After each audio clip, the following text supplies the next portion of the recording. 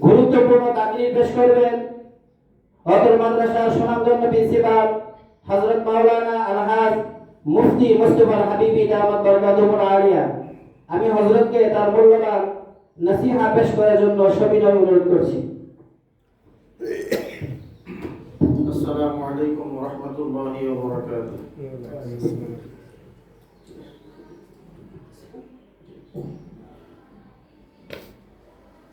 আলহামদুলিল্লাহি রাব্বিল আলামিন ওয়াস সালাতু ওয়াস সালামু আলা সাইয়্যিদিল আমবিয়া'i ওয়াল মুরসালিন ওয়া আলা আলিহি ওয়া আসহাবিহি আজমাইন। আউযু বিল্লাহি মিনাশ শাইতানির রাজীম। বিসমিল্লাহির রাহমানির রাহিম। ওয়াল্লাযীনা উতুল ইলমা দারাজাত। সাদাকাল্লাহু মাওলানাল আযীম ওয়া সাদাকা রাসূলুহুন নবিয়্যুল কারীম। আলহামদুলিল্লাহ, প্রথমে আপনাদের সকলের শুকরিয়া আদায় করতেছি। আমরা যারা উপস্থিত হয়েছি, এই উপস্থিতি প্রমাণ করে যে আমরা আমাদের সন্তানদের উজ্জ্বল ভবিষ্যৎ চাই। দেখা গেছে প্রতিষ্ঠান থেকে যখন অভিভাবকদেরকে ডাকা হয়, এটাকে গুরুত্ব দেওয়া। এই গুরুত্ব দেওয়ার অর্থ হইল আমার সন্তানের ভবিষ্যৎটা যেন সুন্দর হয়, এই ব্যাপারে আমার কনসার্ন, আমি এই ব্যাপারে চিন্তা করি, এই ব্যাপারে আমার সচেতনতা আছে। তো এই সচেতনতাও সন্তানকে আগায় নেওয়ার জন্য অনেক বড় নিয়ামক। আল্লাহ রাসূল সাল্লাল্লাহু আলাইহি ওয়াসাল্লামের একটা হাদিস দিয়ে আমি বক্তব্য শুরু করি। আল্লাহ রাসূল সাল্লাল্লাহু আলাইহি ওয়াসাল্লাম আমাদেরকে হাদিসে কুদসি শোনাইছেন। হাদিসে কুদসি হচ্ছে এটা সরাসরি আল্লাহর বাণী। সাধারণ হাদিস হলো আল্লাহ রাসূল আমাদেরকে যে সমস্ত দিক নির্দেশনা দিবেন আল্লাহ থেকে পায়া নিজের ভাষায়, এগুলো স্বাভাবিক হাদিস। আর হাদিসে কুদসি হইল যেটা সরাসরি আল্লাহর কথা, আল্লাহর ভাষায় আল্লাহ রাসূল আমাদেরকে শোনাইছেন। আল্লাহ সরাসরি বললে এটা হয় কোরআন, আর আল্লাহর ভাষায় যদি রাসূল বলেন এটা হাদিসে কুদসি। আর আল্লাহর রাসূল নিজের ভাষায় যদি আল্লাহর কথা শোনায় এটা হলো সাধারণ হাদিস। তো হাদিসে কুদসির মধ্যে এক হাদিস আছে, আল্লাহ তাআলা বলতেছেন, ইন্নী লাম আউদাউ ইলমি ফীকুম ওয়া আনা উরিদু আন উআযিবাকুম। কিয়ামতের ময়দানে যত আলেম আছে, হাফেজ আছে, দিনদার আছে, অর্থাৎ যারা ইলমের সাথে সম্পৃক্ত আলেম, এই আলেমদেরকে আল্লাহ তাআলা একটা গোপন ময়দানে একত্রিত করবেন। আমরা অনেক সময় আছে না, ত্রাণের বস্তা যাইতেছে, সবাই 5 কেজি করে পাবে, কিন্তু আমি চেয়ারম্যান, ক্ষমতা আছে, আত্মীয় স্বজন কিছু আছে, আমার এদেরকে আমি বস্তা দিব, এদেরকে ওই একসাথে দিই না আলাদা দিই, আলাদা এক জায়গায় করি। তো আল্লাহ তাআলা কিয়ামতের ময়দানে ওই সমস্ত আলেম যারা ইলম শিখছে, দ্বীন শিখছে, হাফেজ হইছে, এদেরকে আলাদা একটা ময়দানে একত্রিত করবেন, যেটা অন্য কোনো মানুষ দেখবে না। বক্তব্য কার? আল্লাহ। আল্লাহ বলতেছেন। এবং ওইখানে আল্লাহ তাআলা আলেমদেরকে একত্রিত যাদেরকে করবেন, এদের মধ্যে বহু আলেম আছেন, বহু গুনাহ করছেন, গুনাহগার হইতে পারে, কিন্তু আলেম, আল্লাহ তাআলা তাকে ইলমের দৌলত দান করছেন। তো আল্লাহ তাআলা বলবেন, ইন্নী লাম আউদাউ ইলমি ফীকুম, আমি তোমাদেরকে এই জন্য ইলম দেই নাই, ওয়া আনা উরিদু আন উআযিবাকুম, যে আমি তোমাদেরকে আযাব দিব। তোমাদেরকে আমি বাছাই করছি, পছন্দ করে ইলম দান করছি এই জন্য যে আমি তোমাদেরকে কি দিব না? আযাব দিব না। ইযহাবু ফাকাদ গফারতু লাকুম, যাও তোমাদেরকে আমি গোপনে মাফ করে দিলাম, সবাই জান্নাতে চলে যাও। এই জন্য ভাই, ইলম এটা বড় দামি জিনিস। ইলমের তরজমা আমরা করি জ্ঞান দিয়া, ইলম আর জ্ঞান কিন্তু এক জিনিস না। যেমন আপনারা দেখবেন আমরা তাওহীদের অর্থ বলি বিশ্বাস, আসলে কিন্তু তাওহীদের অর্থ বিশ্বাস না। তাওহীদের কোনো বাংলা শব্দ বাংলা বিশারদরা তৈরি করতে পারে নাই দেখে আমরা বিশ্বাস দিয়ে বুঝাই। কারণ বিশ্বাসের সম্পর্ক দেখার সাথে তাওহীদের সম্পর্ক না দেখার সাথে আপনি মিলাবেন কিভাবে? আল্লাহর উপর একত্ববাদ, যে তাওহীদ আমরা বিশ্বাস করছি কিন্তু আল্লাহকে দেখি নাই, কিন্তু বিশ্বাসের সম্পর্ক কিসের সাথে? দেখার সাথে। তো এটা কোনো বাংলা নাই দেখে বিশ্বাস বলা হয়। তো ব্যাপারটা হচ্ছে ইলম আর জ্ঞান এক জিনিস না। আল্লাহ তাআলা সবাইকে ইলম দেন না, জ্ঞান দেন না।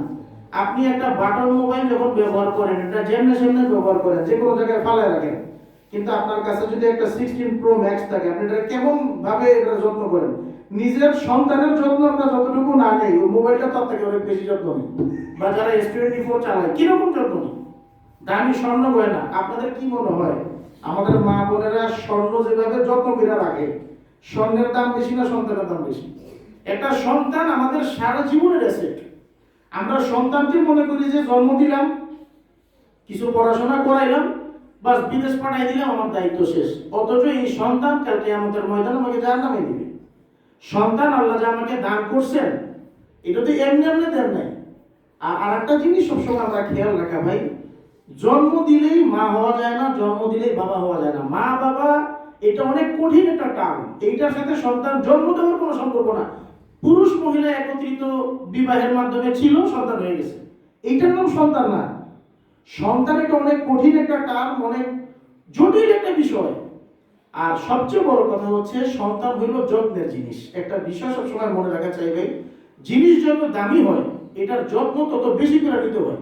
আপনারা যারা উচ্চ জায়গায় আমাদের যাওয়া আসা আছে, এলিট শ্রেণীর যারা আছে, আপনি দেখবেন আমরা পুকুরের মধ্যে তেলাপিয়া মাছ চাষ করি, এটা কোনো যত্ন নেওয়া লাগে না। দিছে অল্প কিছু ছেড়ে দিছে, সমানে হইতেছে। পাঙ্গাস মাছ অল্প কিছু ছেড়ে দিছে, সমানে হইতেছে। এটা তেমন যত্ন নিতে হয় না। পুকুরে মানুষ ময়লা ফেলতেছে, পেশাব ফেলতেছে, পায়খানা ফেলতেছে, কিচ্ছু হয় না। কিন্তু দামি দামি যে সমস্ত মাছ আছে অ্যাকুরিয়ামের মধ্যে মানুষ পালে, আমি অনেক এলিটদের বাসায় দেখছি মাছের জোড়া বলে 2 লক্ষ টাকা, মাছের জোড়া 2 লক্ষ টাকা, 2.5 লক্ষ, এত দামি মাছ। এগুলোর আবার অনেক যত্ন করে রাখতে হয়। এটা লাইটের টেম্পারেচার ঠিক রাখতে হয়, পানি নির্দিষ্ট সময় পর পর বদলাইতে হয়, নির্দিষ্ট টাইম পরে পরে এখানে মেডিসিন দিতে হয়, না এগুলো বলে বাঁচে না। তো এই তেলাপিয়া মাছ, পাঙ্গাস মাছ, এগুলোও মাছ। আর ওই যে যত্ন করে পালতেছে এটাও মাছ। একটা জিনিস সবসময় মনে রাখা চাই ভাই, আমাদের সবচেয়ে বড় অ্যাসেট, সবচেয়ে বড় সম্পদ হলো আমাদের সন্তান। এই সন্তানকে আমার কিভাবে যত্ন নেওয়া দরকার। সন্তানকে পোশাক কিনে দেওয়ার নাম যত্ন না, সন্তানকে ভালো খাওয়ানোর নাম যত্ন না।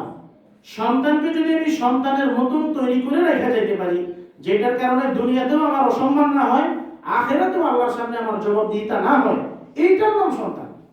আপনি দেখবেন বহু জায়গায় সন্তানের ব্যাপারে মা বাবা এত উদাসীন, আমরা খুব দুঃখ পাই।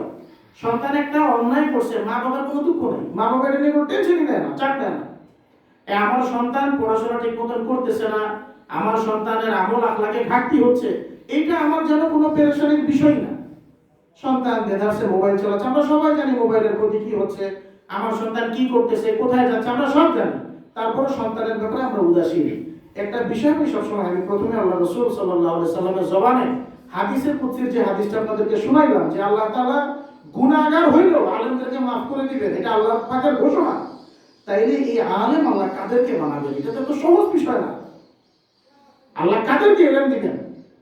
আমার কাছে একটা দামি জিনিস আছে, কি বলেন, এই দামি জিনিসকে আমি যে কোনো জায়গায় রাখি? আমরা অনেকে ব্যবসা করি, আমরা ক্যাশ টাকা, বড় বড় দাগের টাকা কি যে কোনো ড্রয়ারে রাখি? সব থাকে বান্দি টাকা।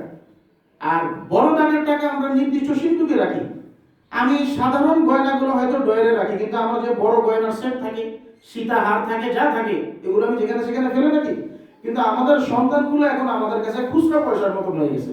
বাস প্রতিদিন হাত খরচ দিচ্ছি, খাও, যা ইচ্ছা তাই করতেছে, বেড়াইতে যাইতে চাইতেছে, বেড়াইতে যাইতেছে, আজকে মাদ্রাসায় যাবো না, বাস মাদ্রাসা যাচ্ছে না, হুজুর সারাদিন ঘুমায়, আমার শুনাইলো, আমিও মনে করলাম হুজুর তো ঘুমায়, মাদ্রাসায় পড়ায় লাভ কি। তো ইত্যাদি ইত্যাদি ইত্যাদি। তো এই যদি হয় ভাই আমাদের অবস্থা, যে সন্তানটাকে আমার কিভাবে যত্ন করা দরকার, এই সন্তান থেকে আমি কিভাবে আউটপুট পাবো, এই সন্তান থেকে আমি কিভাবে ফিডব্যাক পাবো। আপনি ইনভেস্ট করবেন না, আবার যদি আশা করেন যে এখান থেকে আমি ভালো কোনো ফলাফল পাবো, এটা তো হবে না। দুনিয়াতেই হয় না, আখেরাতে কেন হবে? দুনিয়াতে আপনি ইনভেস্ট ছাড়া যদি আউটপুট পাইতে চান, রেপুটেশন পাইতে চান, আপনি তো দুনিয়াতেই পান না। সেখানে আপনার সন্তান এত বড় এসেট, এইটার পিছনে যদি আপনার শ্রম, আপনার মেধা, আপনার চিন্তা, আপনার ফিকির, আপনার দোয়া, আপনার কান্নাকাটি এগুলো না হয়, তাহলে এই সন্তান থেকে আপনি কি আশা করবেন? ইমাম বুখারী রাহমাতুল্লাহ আলাইহির ঘটনা আমরা জানি, যিনি যার কিতাবকে কোরআনে কারীমের পর সবচেয়ে আশরাফুল কিতাব বাদা কিতাবিল্লাহ, সবচেয়ে দামি কিতাব, এই বুখারী শরীফ খতম করে দোয়া করলে আল্লাহ দোয়া কবুল করে। আপনি এটা চিন্তা করতে পারেন? একটা মানুষের সংকলিত কিতাব। কোরআন শরীফ তো সরাসরি আল্লাহর কালাম, আল্লাহ থেকে আসছে, এটা ভিন্ন বিষয়। কিন্তু বুখারী শরীফ এটা তো মানুষ সংকলন করছেন, ইমাম বুখারী। এই কিতাব যদি কেউ খতম করে দোয়া করে, আল্লাহ তার দোয়া ফিরায় দেন না। কত বড় কিতাব! এই ইমাম বুখারী রাহমাতুল্লাহ আলাইহি জন্মগতভাবে অন্ধ ছিলেন, অন্ধতার জন্ম হয়েছিল। ওনার মা তো, ওনার বাবা ছিল না, এতিম ছিল। ওনার মা এমন কান্নাকাটি করছেন যে আল্লাহ, এই সন্তানের বাবা নাই, আবার সে অন্ধ, তার পড়াশোনা কি হবে, তার নিয়ে আমি কি করব, সে কিভাবে কি করবে, আমার অবস্থা কি হবে। মায়ের দোয়া কান্নাকাটির বরকতে আল্লাহ তাআলা ইমাম বুখারীর দৃষ্টিশক্তি ফিরে দিয়েছে। সুবহানাল্লাহ বলে। এই হইল মা। আবার এখন এমন মাও আছে, খালার সাথে গল্প করতেছে, মোবাইল একটা দিয়ে দিছে, যাত্রী মোবাইল চালা, তাও আমার গল্পে কি করিস না, বিরক্ত করিস না। এই যদি হয় আমাদের পরিস্থিতি, আমি কাউকে আপনাদেরকে অনেক ভালোবাসি, এই বিষয়গুলো আপনাদেরকে দিক নির্দেশনা দেওয়া, নসিহত করা। আল্লাহ তাআলা বলছেন ওয়াদাক্কির ফাইন্না যিকরা তানফাউল মুমিনিন, আলোচনা করলে ফিকির তৈরি হয়। আপনি দেখবেন মাদ্রাসা থেকে বের হওয়ার পর আবার যখন তিন গার্জিয়ান এক হবেন, এই কথাগুলো হয়তো মাথায় থাকবে না, কিন্তু যতক্ষণ আমরা শুনি আমাদের উপকার হয়, ফায়দা হয়। তো সবচেয়ে বড় কথা হচ্ছে যেটা ভাই মূল বিষয়, সন্তান আমার অ্যাসেট, সন্তান আমার অনেক বড় সম্পদ। আমি সন্তানকে টাকা পয়সা না দিয়ে যেতে পারি, সন্তানকে যদি আমি সুশিক্ষা দিয়ে যেতে পারি, কোরআনের শিক্ষা দিয়ে যেতে পারি, দ্বীন দিয়ে যেতে পারি, এই সন্তান আমার দুনিয়াও বাঁচাবে, আখিরাতেও বাঁচাবে। আখিরাতে অনন্তকালের জিন্দেগি, যে আমাদের দুনিয়ার জীবন কতটুকু, কয় বছর আপনি বাঁচবেন, এখানে আমার মনে হয় না আমাদের 30 বছরের নিচে কেউ আসি। তো আপনি চিন্তা করে দেখেন, তার হায়াত তো অর্ধেক এমনি শেষ।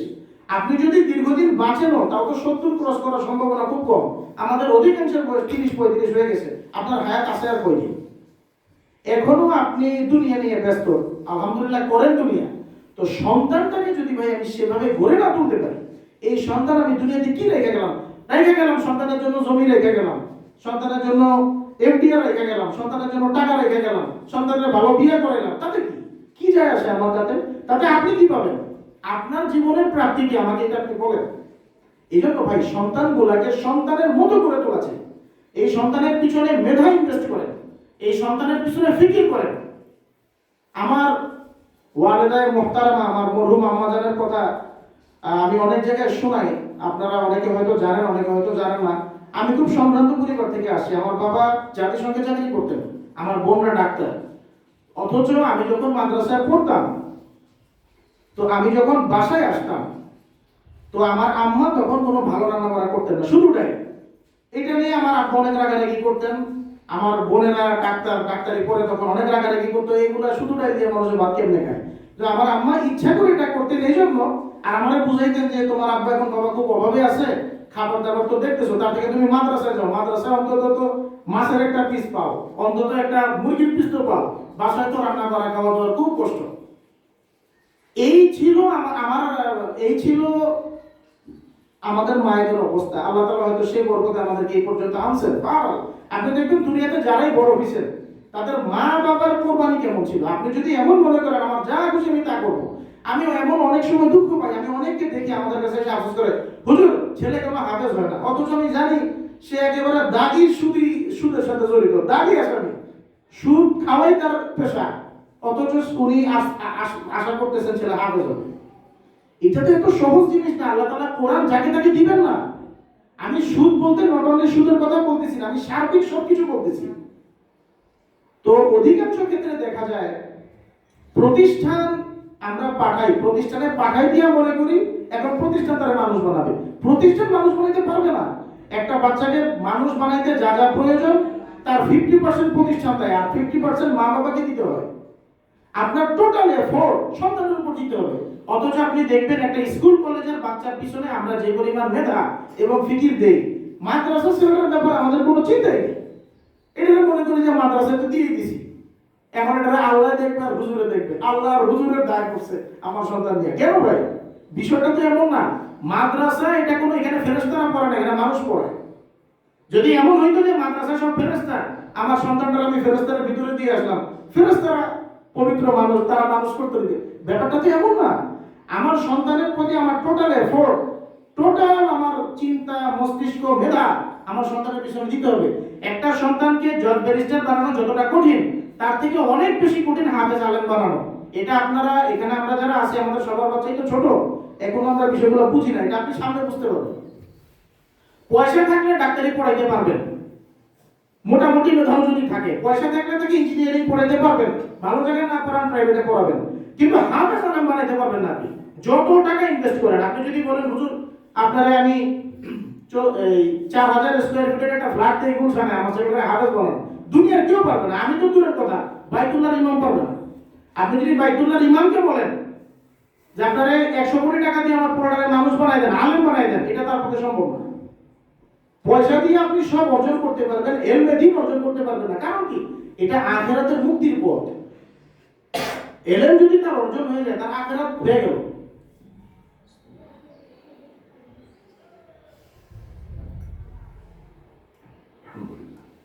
আসলে আজকে আপনাদেরকে ডাকার যে মুখ্য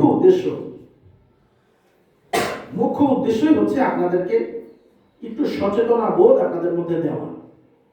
অনেক বিষয় আমার কানে আসে, অনেকে বলে, যেগুলো শুনে আমরা খুব আশ্চর্য হই। অনেক সময় অনেক বাচ্চা বাসায় যায় বলে আজকে ক্লাস হবে না। আপনি একজন অভিভাবক, আপনার মাথায় কেমন এটা ঢুকে ক্লাস হবে না, বাস এখন বাচ্চারা নিয়ে আপনি বাজারে করতেছেন, বাচ্চারা নিয়ে মা ঘুম পড়াই দিছে। মাদ্রাসা কখনো বন্ধ হয়? যেখানে এখন অনলাইনের যুগ, আমাদের মাদ্রাসার ফেসবুক পেজ আছে, ইউটিউব চ্যানেল আছে, নিয়মিত আমাদের এখানে নোটিশ দেওয়া হচ্ছে, হাজার হাজার ছাত্র আছে।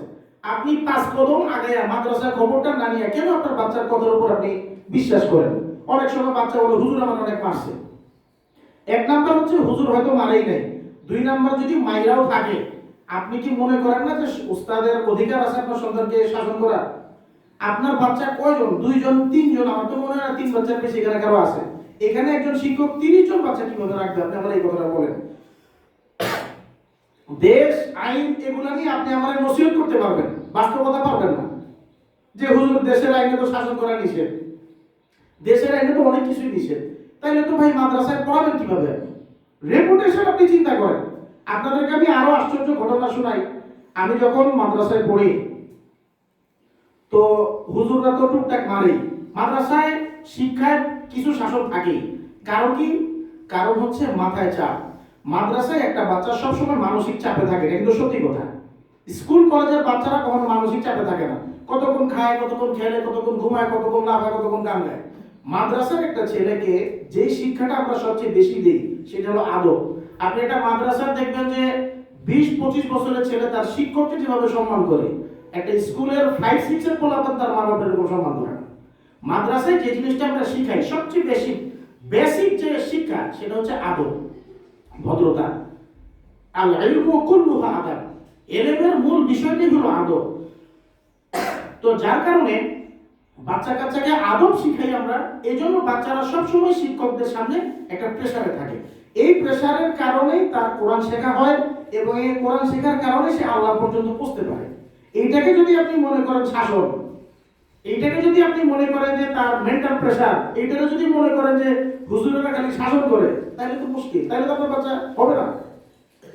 যারা মানুষ হচ্ছে আপনি দেখেন, তারা প্রত্যেকে শাসন নিয়ে মানুষ হচ্ছে। আমরা সমালোচনা করতে পারি, আমরা আলোচনা করতে পারি, আপনি ফলাফল দেখেন। কোন শাসন ছাড়া বাচ্চা ডাক্তার ইঞ্জিনিয়ার হয়েছে, এটার নমুনা আছে, এটার প্রমাণ আছে। কিন্তু কোন শাসন ছাড়া বাচ্চা হাফেজ হয়েছে, আলেম আছে।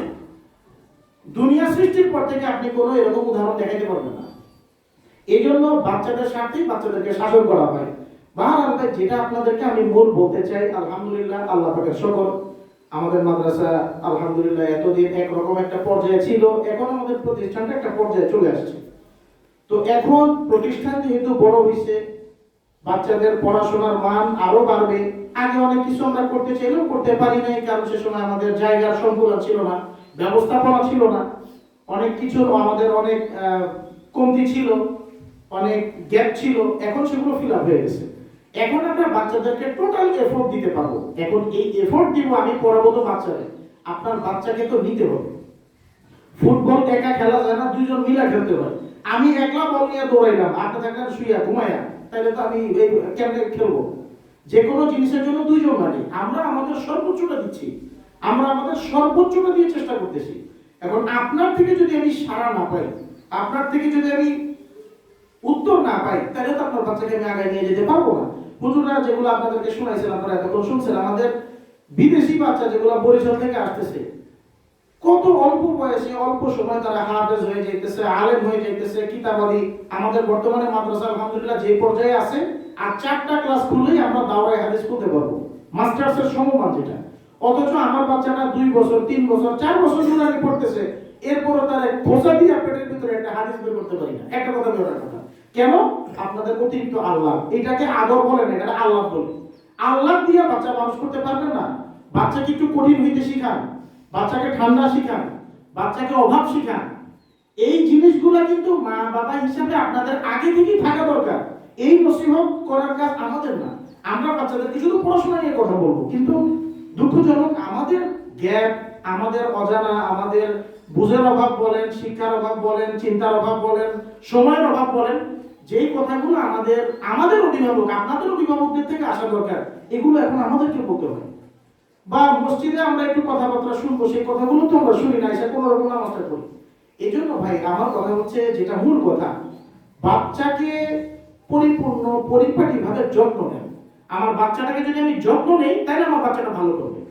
আমার বাচ্চাটা আদব শিখবে, দিন শিখবে, কোরআন শিখবে, আল্লাহ পর্যন্ত পৌঁছতে হয় কিভাবে সেটা সে শিখবে, তাইলে আমার সে আখেরাতের পুঁজি হবে। আর এই কথা কেউ আমরা মনে না করি যে মাদ্রাসায় দিলাম বাচ্চা এমনি মানুষ হয়ে আসবে। এটা কোনো কারখানা না, বা এটা কোনো মেশিনের ডাইস না যে ডাইসে ঢুকাই দিলাম ওটা হয়ে বের হয়ে আসবে। এটা ডাইস না। এইখানে আসতে হয়, কষ্ট করতে হয়, পরিশ্রম করতে হয়, মেহনত করতে হয়, বকা খাইতে হয়, শাসন খাইতে হয়, ওস্তাদের কথা নিয়মিত শুনতে হয়। এই সব কিছু যদি হয়, তারপরেও বাচ্চা মানুষ হবে, নিশ্চয়তা নাই। যদি আমার পাকে রহমত না থাকে, সেখানে আমরা কিভাবে শুয়ে বসে আশা করি আমার বাচ্চাটা আলেম হবে, দিনদার হবে? সবার ফায়দা হয়, অথচ এলাকার ছেলেগুলো আগায় না। আমরা সব সময় খুব বেশি এলাকার বাচ্চাদেরকে নিয়ে চিন্তা করি। এলাকার 5টা বাচ্চা কেন ওঠে না, এলাকার 5টা বাচ্চা কেন ফিকির করে না, এলাকার 5টা বাচ্চা কেন ভালো করে না। আপনাদেরকে খুব দুঃখের সাথে বলবো, হয়তো আমার সাথে আপনাদের কারণেই সেরকম কথা হয় না, আমি এখানে অনেকে চিনিও না। শিক্ষকদের কাছ থেকে যেটা শুনি, দেখা যায় একটা অন্য এলাকার গার্জিয়ান শিক্ষকের সাথে যতটা আদব, লেহাজ, ভদ্রতার চিন্তা ভাবনা করে কথাবার্তা বলে, যেটা আপনাদের কাছ থেকে শিক্ষকরা পায় না। আমার কাছ থেকে যদি আদব না আসে, আমার বাচ্চা কিভাবে আদব শিখবে? আমার বাচ্চা দেখতেছে আমার হুজুরের একদম গায়ের সাথে গা লেগে আমার মা ঝগড়া করতেছে। আমার বাচ্চা যদি দেখে যে আমার বাপের তো হুজুররা খুব ভয় পায়, খুব হিসাব নিকাশ করে হুজুরদের কথা বলতে হয়, আমার বাচ্চা কিভাবে মানুষ হবে? আমার বাচ্চা কিভাবে দিন শিখবে? আপনারা আশ্চর্য হবেন। আমি আপনাদেরকে একটা কাহিনী শোনাই। আমি ঢাকা রেসিডেন্সিয়াল মডেল কলেজ, সেখানে পড়াশোনা করেছি বাংলা লাইনে। ঢাকা রেসিডেন্সিয়াল মডেল কলেজ বাংলাদেশে র্যাঙ্কিং এর প্রতিষ্ঠান। আমার বাবা তখন ইউএন এ জব করেন, জাতিসংঘে চাকরি করেন, কিন্তু আমার আব্বা কোনোদিন স্কুলে যেতেন না। কারণ আমার আব্বারে দেখলে আমার স্যাররা, অথচ এটা একটা ভাইটাল প্রতিষ্ঠান, স্যাররা আমার চিন্তা করবে, আচ্ছা ওর আব্বা তো জাতিসংঘে চাকরি করে, তাহলে তো ওরা শাসন করা যাবে না, ওরা কিছু বললে যদি আবার ওর বাপে অ্যাকশন নেয়। আমার বাবা কোনো আলেম না, কোনো দিনদার না। আমার বাবার উদাহরণ দেওয়ার উদ্দেশ্য আপনাদেরকে এগুলো বলা। অথচ আমরা মনে করি যে আমার বাচ্চারা আমি মাদ্রাসায় দিছি, আমার যা ইচ্ছা আমি তাই করবো না। সব সময় আদবের ঘাটতি কোথাও করা যাবে না, এই কথাটা আমরা খুব ভালো করে মাথায় ঢুকে নিই। আমার ভাইয়েরা এবং বোনেরা আপনাদেরকে বলতেছি, এই জন্য কথা আছে, বে আদব মাহরুম ও গাছ আজ ফজলে রব। যাদের মধ্যে আদবের কমতি থাকে, তারা আল্লাহ পাকের রহমত থেকে বঞ্চিত হয়। আল্লাহ পাকের রহমত যেখানে থাকবে না, আপনি সেখানে কি আশা করতে পারেন? আল্লাহ পাকের রহমত দ্বারাই তো আমরা বেষ্টন হয়ে আছি সব সময়। আল্লাহ পাকের রহমত যদি না থাকে, আমি কিভাবে আশা করবো আমার বাচ্চাটা ভালো করবে? এই জন্য সময় আমি বেশি নিব না, অল্পতে আমি গুছাই আনতেছি। তো এই জন্য আমি আপনাদেরকে খুব অনুরোধ করব, আপনারা আমাকে তো যথেষ্ট শ্রদ্ধা করেন, যথেষ্ট ভালোবাসেন, যথেষ্ট সম্মান করেন, এই নিয়ে আমার কোনো কথা নেই। আপনার বাচ্চাকে যে হুজুর পড়াচ্ছেন, তার সাথে আপনার যে হোসনে সুলুক, তার সাথে আপনার আখলাক, তার সাথে আপনার কথাবার্তা, মুআমালাত, মুআশারাত, এইটা খুব সুন্দর হওয়া চাই। কারণ এই হুজুরের কাছ থেকে আমার বাচ্চা কোরআন শিখতেছে। এটা সরাসরি আল্লাহর কালাম। ইনি কোনো অঙ্ক শিখান না, বাংলা শিখান না, উনি সরাসরি আল্লাহ পাকের সাথে কথা বলা শিখান। সুবহানাল্লাহ। যে ওস্তাদের কাছ থেকে আমার বাচ্চা আল্লাহর সাথে কথা বলা শিখে, তার সাথে আমার আখলাকটা কেমন হওয়া দরকার। যে ওস্তাদের কাছ থেকে আমার বাচ্চা আল্লাহ পাকের কালাম শিখতেছে, আল্লাহ পর্যন্ত কিভাবে সিবিসারে পৌঁছা যায় সেটা শিখতেছে, সেই শিক্ষকরা যদি আমি ফোন দিয়ে বলি, হুজুর আমার পোলার কালকে মাস্টার কেন লাগা, হুজুর উত্তর দিবে কি? হুজুর কোনো অ্যান্সার আছে? বরঞ্চ আপনি আপনার সন্তানকে বুঝাবেন, বাবা এখানে এত বাচ্চা, তোমার এখানে হুজুরে শাসন করলো, তুমি ভালো হয়েছো, তুমি ভালো হও, তুমি ভদ্র হও, তুমি ঠান্ডা হও, তুমি ওস্তাদকে মাইনা চলো। এখানে তো এইটা তো আপনারা বুঝেন যে এটা তো কোনো খেলার মাঠ না। এখানে শিক্ষকরা কোনো বাচ্চাদের সাথে এমনি দুষ্টুমি করে না, বাচ্চার স্বার্থেই বাচ্চাকে শাসন করা হয়। এই জন্য আমি অনুরোধ করবো আপনাদেরকে, এই বিষয়গুলো আপনারা মাথায় নেবেন। মাথায় না নিলে আপনাদেরই ক্ষতি হবে। আপনি একটা জিনিস দেখেন, আমি আপনাদেরকে খুব বুঝাই বলি, যদিও কথা অনলাইন হচ্ছে, তারপরেও বলতেছি।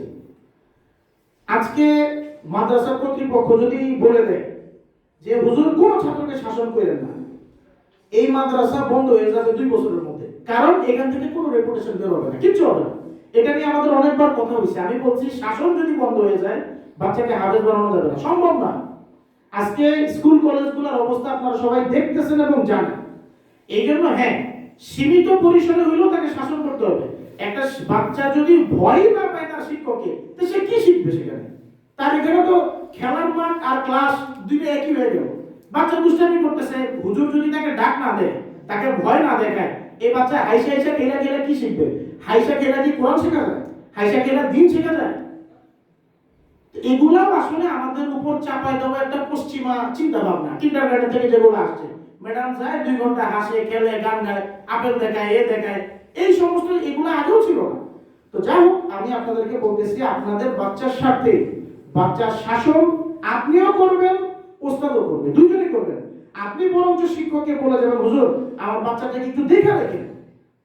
আপনি বিশ্বাস করবেন না, আপনাদেরকে বলি, আমি এত বাচ্চা জীবনে পড়াইছি, এত বাচ্চা জীবনে দেখছি, কিন্তু কিছু বাচ্চার গার্জিয়ানকে আমি ভুলি নাই, যে গার্জিয়ানগুলো নিয়মিত আমার সাথে যোগাযোগ রাখতো, হুজুর ওকে একটু শাসন করেন, হুজুর ওকে একটু দেখে রাখেন।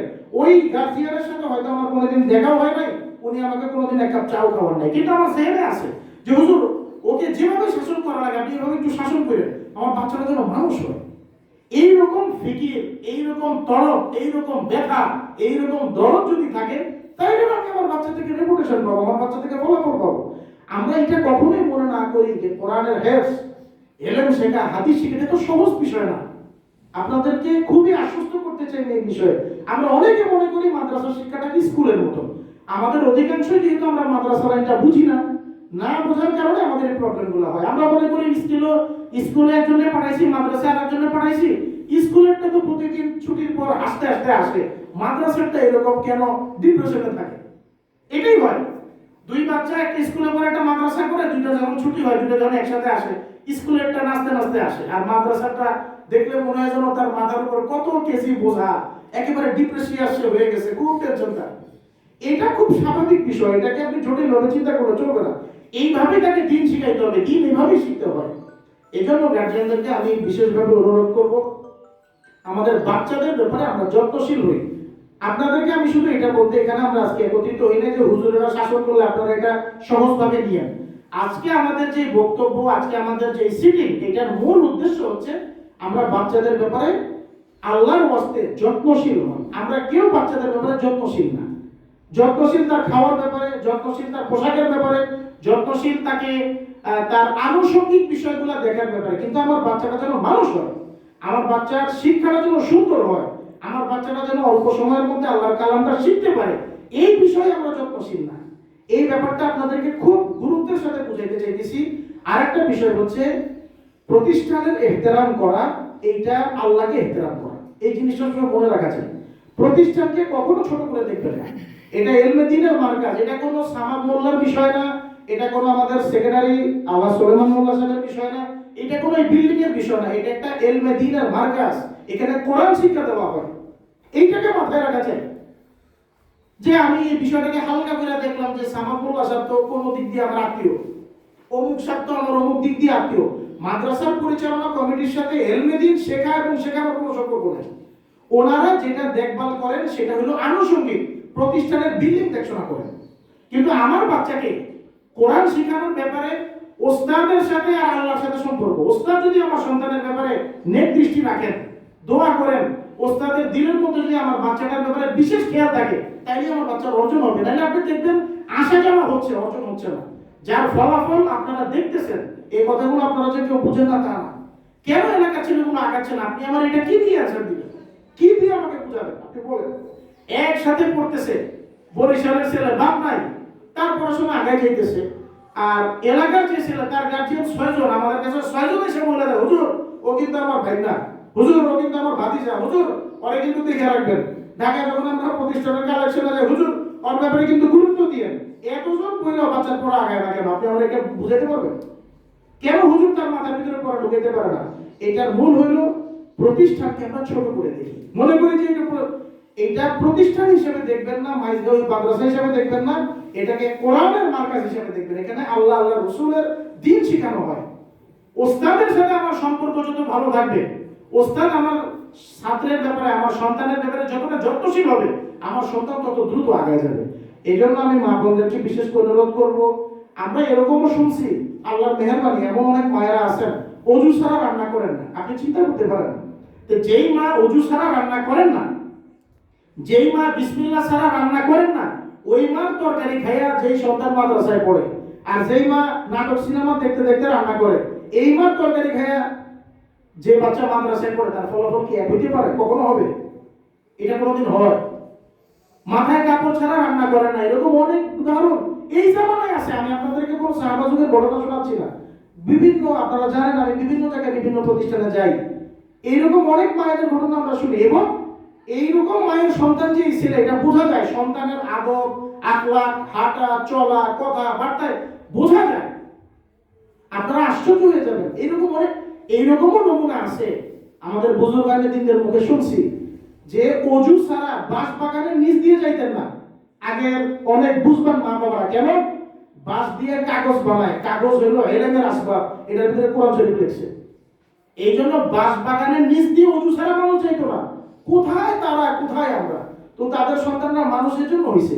এই জন্য ভাই আমি সবসময় মূল কথা যেটা আপনাদেরকে আমি বলতে চাই, বাচ্চাকে আলেম বানানো এবং হাফেজ বানানোর পিছনে আমার কোনো চেষ্টা, ভূমিকা, পয়সা, ফিকির, এরে ধরা ওরে ধরা কিচ্ছু কাজে আসবে না। এই কথাটা আপনি ভালো করে বুঝে নেন। আপনি পয়সা দিয়ে ঢাকা মেডিকেলে অ্যাডমিশন নিতে পারবেন, আপনি পয়সা দিয়ে বুয়েটে অ্যাডমিশন নেওয়াইতে পারবেন, কিন্তু মাদ্রাসায় আপনি পয়সা ছাড়াই ভর্তি করতেছেন, কিন্তু ফলাফল হবে না। কি বলেন? বুয়েটে যদি অন্তত ভর্তি করানো যায়, সেমিস্টার পার করে করে ইঞ্জিনিয়ার নাম তো নিতে পারবে। ঢাকা মেডিকেলে যদি আমরা কোনো রকম বাচ্চা ঢুকাইতে পারি, ডাক্তার নামটা নিয়ে বেরোতে পারবে, মান যেমন হোক। কিন্তু মাদ্রাসায় এমন জিনিস, মাদ্রাসাতে কোনো খরচ টাকা নেওয়াই হয় না। তারপরও আপনি চেষ্টা করলেও বাচ্চাকে হাফেজ আলেম বানাইতে পারবেন না, যদি আল্লাহ পাকের রহমত, ওস্তাদের নেক দোয়া না থাকে। তো ওস্তাদের নেক দোয়া কার প্রতি আসবে? ওস্তাদ যদি আপনাদের দিকে ভয় পায়, ওস্তাদ যদি চিন্তা করে আরে ওর মা তো কথা বেশি বলে, এই বাচ্চারা শাসন করা যাবে না, এইটা যদি ওস্তাদের মুখে তার মাথায় থাকে, আপনার বাচ্চা কিভাবে আগাবে? এরকম হয়, অনেকের ব্যাপারে হয়। এই জন্য আমি আপনাদেরকে বিষয়গুলো, হুজুররা তো খুইলা বলতে পারে না, আমি বলতেছি। অনেক গার্জিয়ানের ব্যাপারে হুজুরদের মনে কনসার্ন থাকে যে এই বাচ্চারা যদি আমি শাসন করি তাদের গার্জিয়ান গ্যাঞ্জাম করবে। তাহলে ঠিক আছে বাবা, শাসন না করলাম, ক্ষতিগ্রস্ত কে হইলো বলে? ওই ওই হুজুর তো অন্যদেরকে ঠিকই শাসন করতেছে, আপনার বাচ্চাকে শাসন করতেছে না। এক। দ্বিতীয় কথা হচ্ছে বাচ্চারা মিথ্যা কথা বলে। এই কথা কখনোই মনে করবেন না যে আমার বাচ্চা ছোট মানুষ, যা বলতেছে ঠিক বলতেছে, হুজুরে যেটা বলতেছে ভুল বলতেছে, এটা কখনো মনে করবেন না। আল্লাহর ওয়াস্তে এটা আপনাদের ভালোর জন্য বললাম।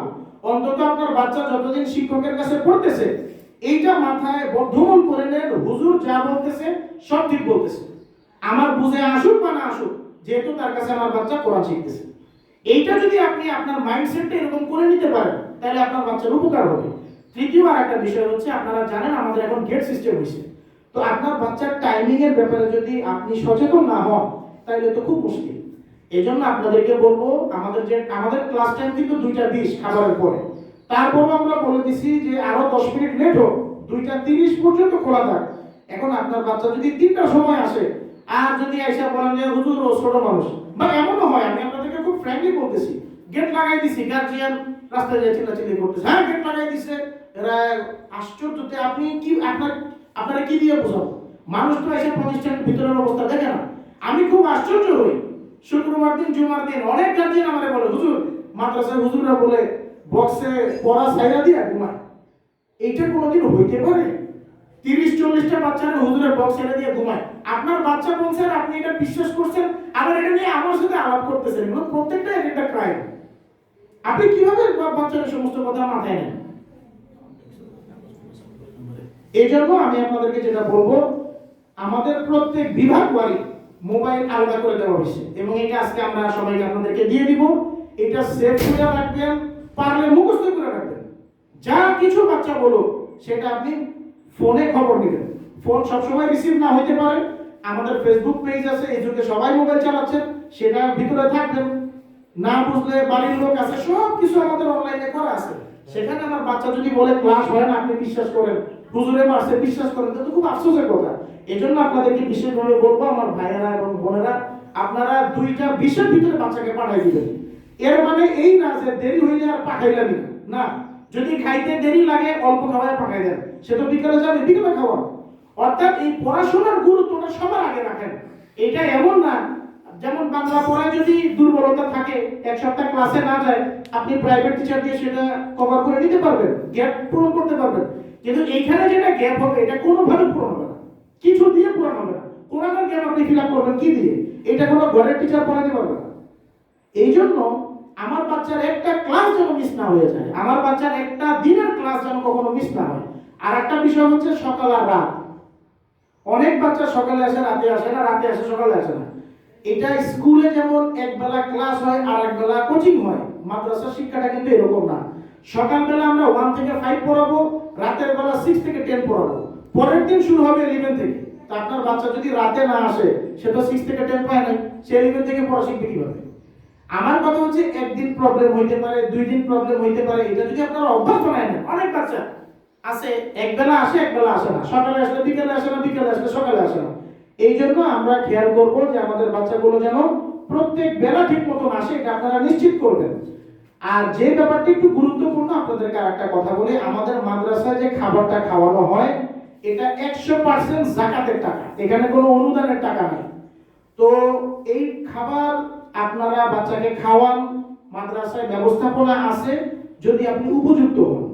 আর যদি আপনি দেখেন যে না আপনার উপযুক্ততা নাই, আপনি আসলে আপনার বাচ্চাকে যাকাত খাওয়াবেন না, বা যাকাত আসলে খাওয়ানো উচিত না, যাদের তৌফিক আছে বাচ্চাকে যাকাত না খাওয়ানোর পরামর্শ দিব আমি। তো এই জন্য বাচ্চাকে যারা যাকাত খাওয়াবেন না, তারা বাচ্চাদের দুপুর এবং রাত বা সকাল যে যে বেলা বা খাওয়াইতে চান এইটার বাবদ একটা পেমেন্ট দিয়ে দিবেন। সেই পেমেন্ট কেমন হবে এটা আপনাদের হুজুররা বলে দিবেন, হুজুরদেরকে বলে দিব। আর আমার পরামর্শ থাকবে, আপনারা অনেকে চিন্তা করবেন তখন, আচ্ছা তাইলে মাদ্রাসায় খাওয়ার টাকা দেওয়ার দরকার কি, ওইটা তো হে বেশি খাইতে পারে না, তাহলে বাসায় খান, এটাও ক্ষতি হবে। মাদ্রাসার খাওয়া একটা বরকত আছে, মাদ্রাসার খাবার এটা হোটেল না যে আপনার এক বেলা খাওয়াইতে 200 টাকা লাগবে, এটা যৎসামান্য টাকা নেওয়া হবে। কিন্তু এই টাকা দিয়ে হইলেও বাচ্চাকে চেষ্টা করবেন মাদ্রাসার খাবারটা খাওয়ানোর জন্য। 10 জনের সাথে মিলে খাবে, দস্তরখানায় বৈশা খাবে, নিচে বৈশা খাবে, দোয়া বইরা খাবে। আপনি এই জিনিস ঘরে পাবেন কোথায়? এখানে 10 জনের সাথে যে সে বৈশা খাওয়া শিখতেছে, এটাও তো একটা কাটিসি, এটাও একটা শেখার বিষয়। দস্তরখানায় বসে খাবে, আল্লাহ রসুল যেভাবে খাইতেন সেভাবে খাবে। ওস্তাদরা এখানে দোয়া পড়ায় দেন, দোয়া পড়ে খাবে, এগুলো তো আপনি বাসায় পারবেন না। এই জন্য আমি পরামর্শ দিব, আপনারা কেউ বাসায় খাবার না খাওয়ায়া মাদ্রাসার খাবারটাই খাওয়ান, অন পেমেন্টে খাওয়ান। আর যদি আপনার তৌফিক না থাকে আপনি ফ্রি খাওয়ান, কোনো অসুবিধা নেই। এটাকে কেউ হীনমন্যতায় ভুগবেন না যে হুজুর মনে টাকাই দিতে বলছেন, টাকা দিতে বলতেছি না। যদি আপনি মনে করেন আপনার সমস্যা, আপনি খাওয়ান, কোনো অসুবিধা নেই। মাদ্রাসায় আমরা টাকা পয়সা আনতেছি বাচ্চাদের সমস্যার জন্য। আর যদি আপনার তৌফিক থাকে, আপনি মনে করেন যে না আমি কিছু পেমেন্ট দিয়ে খাওয়াবো, তাইলে আপনি কিছু খরচ দিয়ে খাওয়ান, বরকত হবে, বাচ্চার জন্য ভালো হবে। আর মোবাইল নাম্বারটা আমরা সবাইকে ইনশাআল্লাহ দিয়ে দিব, আপনারা সবাই নাম্বারে যোগাযোগ রাখবেন। আরেকটা বিষয় হচ্ছে, মাদ্রাসা যেদিন খোলে অবশ্যই বাচ্চাকে সেদিন বা তার পরদিন থেকে পাঠাবেন। আমাদের আগামী মাসে আবার সর্বভারতের আগে পরীক্ষার পর মাদ্রাসা বন্ধ হবে।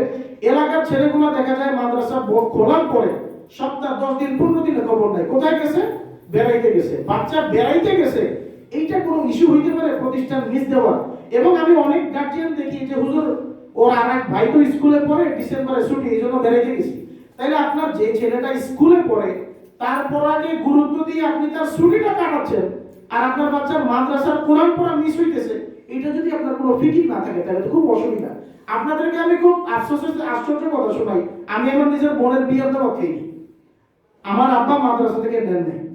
আমার আত্মীয় স্বজনদের মধ্যে কান্নাকাটির রোল লেগে গেছে। আপনি বুঝতেছেন না, আমার বাবা সক্ষম মানুষ, মেয়ে ডাক্তার হয়েছে, সেই বিয়ে খাওয়ার জন্য আমার আব্বা মাদ্রাসা থেকে আমাকে নেন নাই। তো যাই হোক, এরকম ঘটনা শুনাইলে অনেক ঘটনা আজানের টাইম হয়ে গেছে। তো আসলে দেখেন, আপনাদেরকে যেটা বলতে চাই, বাচ্চার যত্ন নেন। আজকে আমাদের মূল আলোচনার যেটা শিরোনাম সেটা হলো নিজের বাচ্চার ব্যাপারে যত্নশীল হওয়া। আমার বাচ্চা আমার সবচেয়ে বড় অ্যাসেট, আমার বাচ্চা আমার সম্পদ। এই জন্য আমার বাচ্চার ব্যাপারে আমি কোনো বিষয় অবহেলা না করি। তার পড়াশোনা, হ্যাঁ আপনি যদি বাচ্চার আদবের ব্যাপারে গুরুত্ব দেন, শিক্ষককে পূর্ণ স্বাধীনতা দেন যে হুজুর আপনি পূর্ণ স্বাধীন, আমার বাচ্চাটাকে হুজুর একটু মানুষ করে, আমার বাচ্চাটাকে একটু আগ্রহ করে পড়ান, এইরকম যখন বলবেন তখন হুজুরের বুকের ছাতি হয়ে যাবে 26 ইঞ্চি। তখন সে দিল মন খুলে আপনার বাচ্চাকে পড়াবে, গুরুত্ব দিয়ে পড়াবে। স্বাভাবিকভাবে শিক্ষক যার ব্যাপারে গুরুত্ব দিবে বেশি, সে বাচ্চা আগামী বেশি, এটা খুব নর্মাল ব্যাপার। এই জন্য আপনাদেরকে আমি বিশেষভাবে অনুরোধ করব, বাচ্চার ব্যাপারে যত্নশীল হবেন। বাচ্চাকে এক বেলা পাঠাই আর এক বেলা না পাঠানো এটা করবেন না, প্রত্যেক বেলা পাঠাবেন। কোনো সুবিধা অসুবিধা থাকলে হুজুরকে জানাবেন। আইন করে কোনো কিছু সম্ভব না, যেটা নসিহতে তারা সম্ভব হয়। আমি আইন করে দিলাম, গেট লাগাই রাখলাম, তাতে কি লাভ হবে? আপনার বাচ্চা আসবে না। আপনার বাচ্চা ক্ষতিগ্রস্ত হবে, প্রতিষ্ঠানের কোনো লাভ হবে না। তার থেকে আমরা যদি গুরুত্ব দিই, এই যে আজকে আমরা ডাকলাম, কিছু কথাবার্তা হইলো, কিছু নসিহত হইলো, এই বিষয়গুলো যদি আমরা একটু মাথায় রাখি, এই বিষয়গুলো যদি একটু খেয়াল করে এই বিষয়গুলোকে গুরুত্ব দিই, তাহলে আমার বাচ্চার জন্য ভালো হয়, আমাদের জন্য ভালো হয়। আল্লাহ তাআলা আমাদের সবাইকে খুব তৌফিক দেন, আমাদের সবাইকে কবুল করেন, এবং আমাদের সন্তানগুলো যেন আমাদের দুনিয়া এবং আখিরাতের নাজাতের কারণ হয়, এইরকম করে যেন আমরা আমাদের সন্তানগুলোকে গড়ে তুলতে পারি। মহান আল্লাহ আমাদেরকে সেই তৌফিক দেন। ইনশাআল্লাহ এগুলো আমি শেষ করতেছি, এখন আযান হবে। সুবহানাল্লাহি ওয়া বিহামদিহি, সুবহানাকাল্লাহুম্মা ওয়া বিহামদিকা, আশহাদু আল্লা ইলাহা ইল্লা আনতা, আস্তাগফিরুকা।